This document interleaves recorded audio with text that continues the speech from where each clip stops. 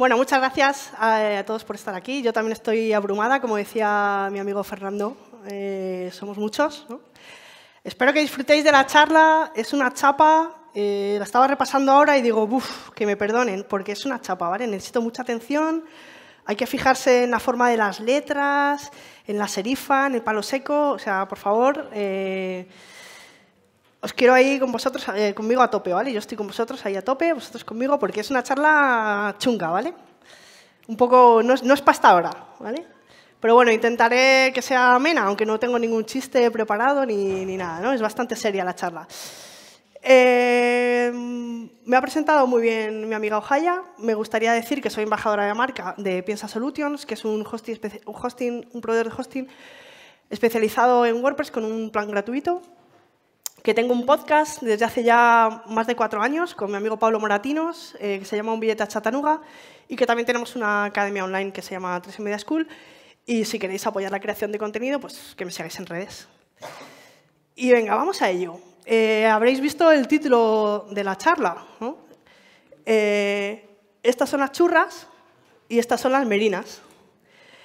Las churras son las que dan buena leche y buena carne, y las merinas son las que dan buena lana.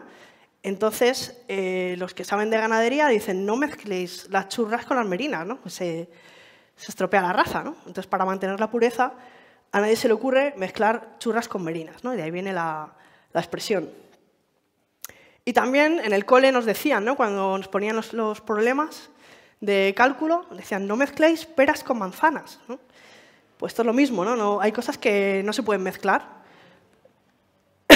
Y yo ponía el ejemplo, ¿no? Añadía, pues tampoco mezcles bodoni con lobster, porque la tipografía, yo digo que es como el traje que le ponemos a las palabras, ¿no? La tipografía dice más que lo que dicen las palabras y tienen una intención comunicativa. Bodoni es elegante, es la tipografía que se utiliza en las revistas de moda. Es una tipografía muy, muy seria, ¿no? Sin embargo, lobster, veis, ¿no? Por las formas que tiene, por lo que comunica, es una tipografía que más que un traje lleva un disfraz, ¿no? Se utiliza en momentos muy puntuales, pues en invitaciones de cumpleaños de los niños y cosas así, ¿no? No mezclemos bodoni con lobster. Cuando estamos diseñando un sitio web, la mayoría de las veces con WordPress, siempre tenemos que tomar una decisión de tipografía, ¿no? Hay que elegir una tipografía y a veces más de una, ¿no? Para que no nos equivoquemos al combinar tipografías, pues tenemos o bien que las dos tipografías que utilizamos tengan la misma intención comunicativa, que no sean tan diferentes, ¿no? Una dice una cosa, otra dice otra, o, esta no es la última versión, me ha pasado igual que a mi amiga Lucía. Tan negativo es que sean muy distintas como que sean muy parecidas. Por ejemplo, tipografías que todos conozcáis. Arial es muy parecida a Inter, por ejemplo, ¿no? Es que estaba mirando alguna cosa para que veáis. Pero bueno, Arial y Helvética, por ejemplo, son tipografías muy parecidas. De hecho, una se basa en la otra. Muy parecidas, muchos ni siquiera sabemos distinguirlas. Pero son distintas, ¿no? Si te fijas en los detalles, son distintas. Bueno, pues no puedes combinar una con la otra, ¿no? Si eliges una, no puedes elegir la otra. ¿Por qué? Porque se parecen tanto que parecen la misma y parece que es un error, ¿no? Parece que te has equivocado. Normalmente utilizamos distintas tipografías por una cuestión práctica, para jerarquizar visualmente los contenidos de una página web. Por ejemplo, con el contenido de la web de la WordCamp ponemos, en este caso, estamos jerarquizando perfectamente utilizando únicamente una tipografía, que es Inter, la que he nombrado antes. Pero lo que hacemos es utilizar distintos pesos, negrita, redonda, normal y medium, ¿no? Bold, regular y medium, para poder que la letra se lea mejor y tenga más jerarquía, simplemente variando el peso, ¿no? Entonces, no necesitamos combinar distintas tipografías para conseguir una diferenciación jerárquica. Simplemente con variar el peso ya sería suficiente. Esto lo podemos hacer porque estamos utilizando Inter, que tiene todos esos pesos. Si fuera una fuente variable, también lo podríamos hacer. Pero, por ejemplo, imaginaos que quisiéramos haber utilizado para los títulos la tipografía Spoof, que es una tipografía que tiene más personalidad, tiene una intención comunicativa un poco más personalizada que Inter. ¿Qué ocurre? Que para los títulos va fenomenal, aunque los del fondo no lo vean muy bien, pero utilizamos, que me he ido a la siguiente, utilizamos esta tipografía para los títulos, que tiene mucha personalidad, y en vez de Inter utilizamos tiempos que pensamos que también tienen más personalidad y que es una tipografía muy legible. Pero ¿qué habría ocurrido si utilizamos, o sea, lo que iba, si utilizamos la misma tipografía para los párrafos que para los títulos? En este caso, esta tipografía no se puede utilizar en los párrafos porque las formas no son legibles. No lo veis muy bien, pero ya os lo cuento yo. La E tiene el trazo tan cerrado que en tamaños grandes sí se distingue, pero en tamaños pequeños parece una O. Las personas que tienen baja visibilidad, cualquiera de nosotros puede ser una de ellas, si hay lluvia, si te da la luz, no van a leerlo bien, ¿no? Entonces, si elegimos esta tipografía para los títulos, ya no la podemos utilizar para los párrafos. Tenemos que combinarla con otra tipografía diferente.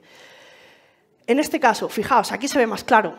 Aquí todo el mundo podemos decir, sin tener muchos conocimientos de diseño, que esta tipografía para los párrafos no se lee nada bien, aunque sí que funciona muy bien para los títulos, ¿no?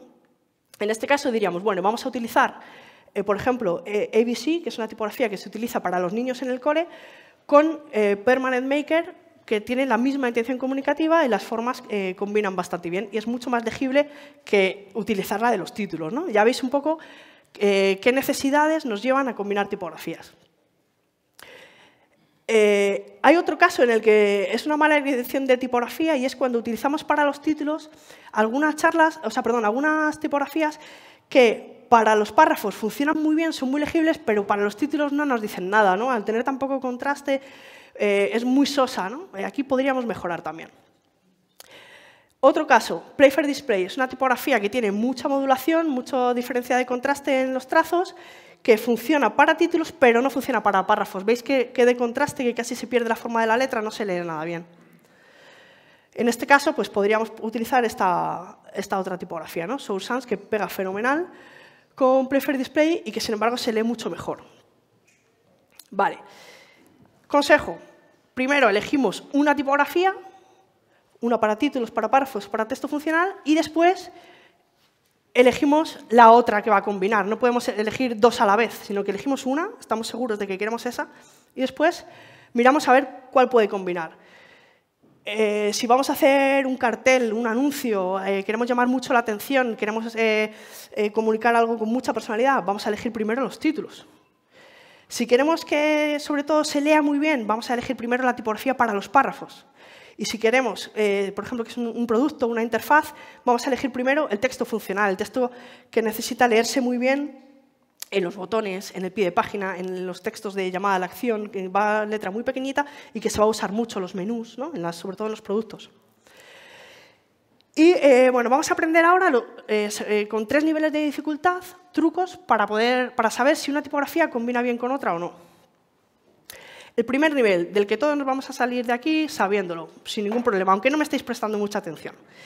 El primero sería utilizar superfamilias. Son familias de tipografía que ya están diseñadas para que funcionen juntas. Por ejemplo, DM Serif, DM Sans, tienen el mismo nombre, distinto apellido, ¿no? También tenemos PT Serif, PT Sans, Source Sans, Source Serif. Enseguida vemos que es de la misma superfamilia, familias distintas, que van a combinar. Si queréis elegir DM Serif, pues combinarla con DM Sans. No os equivocáis, está bien, correcto. Segundo truco, usar mucho contraste. Cualquiera de los tipos de letra de arriba combina bien con cualquiera de los tipos de abajo. Es decir, podemos combinar una script con una slab serif, una sans serif con una manuscrita o una display. Va a combinar siempre, porque tienen tanto contraste que van a funcionar bien. Hay un helicóptero, ¿no? Vemos que en el ejemplo, ¿no? Que si ponemos una manuscrita o ponemos una display son fuentes con mucha personalidad, pero luego como la sans serif no tiene tanta personalidad, va a combinar perfectamente bien, ¿no? Aunque sean tan raras. Ponemos una fuente muy rara con mucha personalidad y luego otra que es como más tranquila y muy legible, ¿no? IBM Plex. Y la tercera, ya a un nivel más avanzado, sería fijarte en la forma de las letras, ¿no? Por ejemplo, En esta tipografía, vamos a analizarla, ¿no? ¿Es de palo seco? ¿Es con serifas? ¿Cómo tiene el eje, ¿no? Por ejemplo, lo primero, vamos a ver que sí, que tiene serifas, adornos. La A, vamos a fijar que tiene 2 lóbulos. También hay que fijarse en la letra G, aunque WordCamp Sevilla no tiene ninguna. Podemos ver el eje, ¿no? Lo tiene recto, lo tiene inclinado, en este caso, inclinado. Poco contraste o modulación, no es que no tenga, pero tampoco tiene tanto como tenía Preferred Display, tiene menos, ¿no? Y la altura de la X, la diferencia entre las mayúsculas y las minúsculas, es, bueno, mediana, digamos, ¿no? Ni mucha ni poca. Con todo esto nos fijamos, analizamos cómo es la tipografía y vamos a ver, en comparación con la otra con la que queremos combinar, cómo es, ¿no? Por ejemplo, en este caso, es una tipografía que también tiene serifas, pero el eje lo tiene vertical, no está inclinado como la otra. Mucho contraste o modulación, fijaos la diferencia, ¿no? de grosor en los trazos, aquí mucho, aquí poco. Altura de la X bastante generosa, que es más legible que si tuviera menos, y la A con 2 lóbulos, ¿no? Como digo, la G también los tendría. O, en este caso, pues tenemos una letra de palo seco, sin mucho contraste, no hay mucha diferencia de trazo en las letras. La A tiene un solo lóbulo, si hubiera una G también sería de un solo lóbulo, y la altura de la X pues, es pequeña. Y con esto pues, tendríamos las 3 maneras de no equivocarnos al combinar. Usar superfamilias, usar mucho contraste y fijarte en la forma.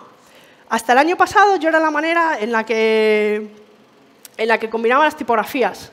Había veces que me costaba mucho, hasta que hice un curso con Oliver Sondorfer, que él lo aprendió de Indra Coopersmith, y os traigo un truco que es genial. O sea, es de las mejores cosas que he aprendido en mi carrera como diseñadora, más de 15 años. Combinar tipografías de la forma fácil. Nos fijamos, esto la verdad que en inglés suena mejor, en español es un poco raro, pero bueno, nos vamos a fijar en el esqueleto, en la carne y en la piel. El modelo es el esqueleto de la estructura. Como os he dicho, es fácil detectar si es un eje inclinado, un eje vertical o un eje geométrico, ¿no? Si tiene el eje inclinado, es una tipografía dinámica. Si tiene el eje vertical, es una tipografía racional. Y si tiene el eje redondo, va a ser geométrico. Ya te digo que me voy a comer un poco de las preguntas.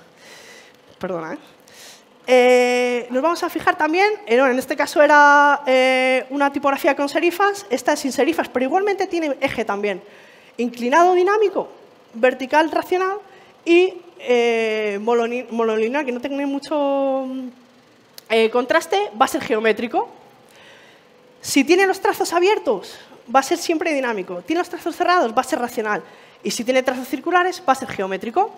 Vamos a verlo. Este sería dinámico. Además, cada una de estas formas de la tipografía, dinámico, racional o geométrico, nos comunica cosas. Si es dinámico, es más amigable, más informal, y va a tener siempre eje inclinado, 2 lóbulos y los trazos abiertos. Si tiene los trazos abiertos, probablemente tenga el eje inclinado, ¿no? Ya lo vamos viendo de una manera más fácil. Racional, trazos cerrados, eje vertical y la G con un solo lóbulo. Es una de las pistas que vamos a poder ver. Y si es geométrica, A y G con un solo lóbulo, trazos abiertos y eje circular. Después, nos vamos a fijar en el contraste y las serifas. Esta tipografía es lineal porque no tiene mucho contraste y es de palo seco, no tiene serifas. La siguiente, tiene contraste y tiene serifas. Esto es algo que es fácil de detectar. Y la siguiente, racional, lineal, porque no tiene contraste y tampoco tiene serifas, es de palo seco. En este caso, racional, nos fijamos en el eje. En este caso, geométrica, ¿no? Como muy claro, ya lo vais viendo. Fíjate que antes de entrar no diferenciáis una de otra y ya vais viendo cómo estos pequeños detalles se pueden identificar. Geométrica, con contraste, porque hay diferencia en los trazos, y con serifas. Y esta es la madre del cordero. Tenemos esta matriz, porque yo voy a compartir la diapositiva, como todos los demás ponentes, la vais a tener siempre a mano, para ir comparando. Y el truco está en que si combinamos cualquiera de los tipos de tipografía, con contraste o con serifa o sin serifa, dinámica, racional, geométrica, cualquiera de las tipografías de las columnas, vamos a acertar. Esta con esta, vamos a acertar, va a combinar, va a ser una buena combinación. O, si están muy separadas, también vamos a acertar, tiene mucho contraste, va a funcionar. Pero nunca vamos a combinar tipos de letra que estén en cualquiera de las filas. Y con eso lo tenemos. Luego podemos fijarnos en diferenciaciones más sutiles, ¿no? Tipografías que tengan pues, semiserifas, stencil, tipografías más raras, ¿no? Que ya sería como eso, fijarnos en la piel. Con bordes rugosos, vintage. Y ahora un ejercicio para ver si realmente os habéis enterado o he ido demasiado rápido o son las 4 de la tarde. Esta tipografía, ¿qué diríais? ¿Que es dinámica, racional o geométrica? Muy bien. ¿Esta tipografía, cómo diríais que es? ¿Dinámica, geométrica o racional? Fijaos en el eje, fijaos en si tiene los trazos abiertos o cerrados. Dinámica. Y esta otra, dinámica, racional o geométrica. Racional, efectivamente. Bueno, yo creo que por lo menos un 9,5 habéis sacado, ¿no? Y con esto termino. La pregunta más importante es la que primero nos tenemos que plantear, ¿no? ¿Seguro que necesitas otra fuente? Y nada, muchas gracias.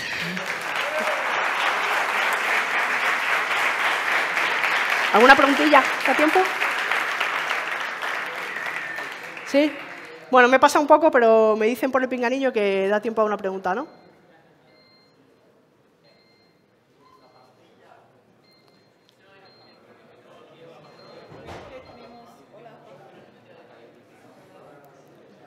Creo que tenemos 5 minutos para preguntas, ¿o no? ¿Sí? Yeah, cool. ¿Alguien tiene una pregunta para Ana, la crack de comunidad?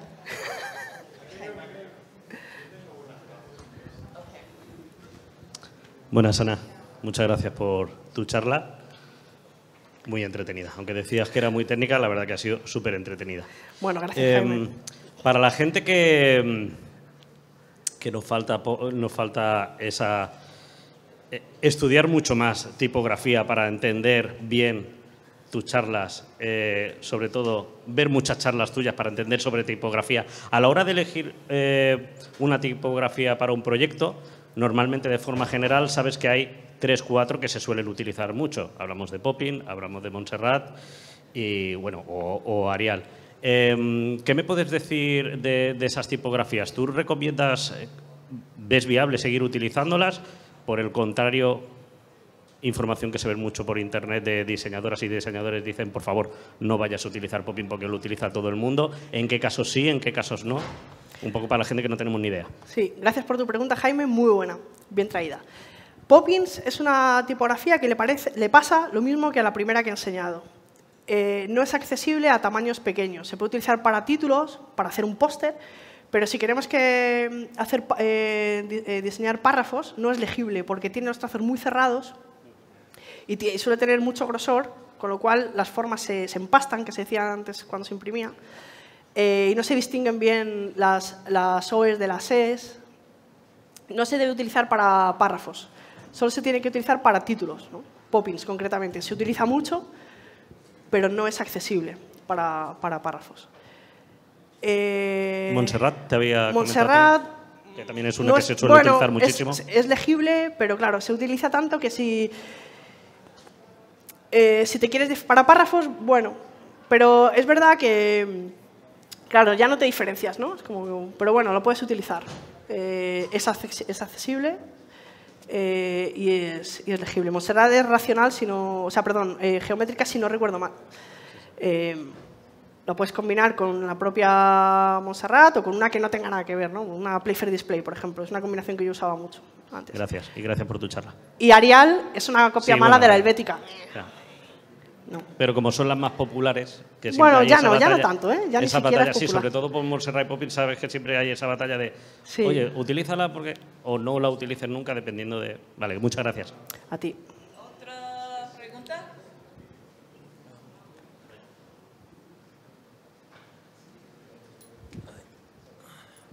Buenas tardes, Ana. ¿Qué tal? Buenas. Buena charla, me ha gustado. Quería preguntarte si también se seguirían estos patrones para hacer miniaturas para vídeos, por ejemplo, para YouTube. ¿También se seguiría este tipo de psicología o sería un poco diferente? Es igual, al final la forma en la que percibimos la forma de las letras es la misma tanto para una miniatura como para hacer un póster, un cartel, una valla publicitaria, un roll-up o Pero solo se utilizarían las fuentes para hacer títulos, ¿no? Porque para hacer párrafos igual no... No, a veces también necesitamos, incluso si quieres poner una llamada de oferta o sorpresa o tal, que utilizas un tipo de letra más pequeño, es como si fuera texto funcional, ¿no? O párrafo. Siempre que sea un tamaño pequeño, tenemos que prestar atención a la legibilidad, ¿no? Vale. Entonces, si vamos a combinar, si estás utilizando una tipografía que tiene mucha personalidad o que tiene trazos muy gruesos, con mucho peso, no usaríamos esa misma tipografía para hacer esa letra pequeña, ¿no? Dentro de un círculo rojo, oferta. Pues ahí utilizaríamos otra, ¿no? O esa misma, pero con menos peso. Siempre hay que elegir la tipografía para el uso y el contexto en el que se va a utilizar, y sobre todo para que se lea bien. Siempre que sean tamaños pequeños, hay que prestar mucho más atención a la legibilidad que cuando son grandes, ¿no? Porque se va a leer mejor y se pueden hacer, se puede arriesgar un poco más la legibilidad. Vale. Yo en mi web utilizo Inter para títulos y Montserrat para párrafos. Sé que es muy típico, lo sé. No me matéis. No, es que son muy parecidas, entonces parece un error. El usuario no dice, ¡ay, se ha equivocado! No, pero lo percibe. Percibe como, uy, qué raro, pero esta no es, pero ¿por qué no? Sobre todo hay que tener una razón para elegir otra tipografía. Y ahí no está justificada otra tipografía. Es una petición más al servidor, otra tipografía más, y encima para VPO no te viene bien utilizar otra tipografía más. Gracias. No se justifica. Gracias. En diseño todas las decisiones tienen que estar justificadas. Bueno, y en la vida. Tomo nota. Está, ¿no? Pero el regalo de WordCamp Sevilla, ¿sabes qué Bueno, es? ¿Sí? es un patito verde, sí. Sí, pero es un regalo también para... Sí, este pato ha contribuido a reducir la brecha de género en tecnología mediante la creación de programas de formación para niñas, mujeres y personas no binarias. Muy bonito. Gracias, Ana.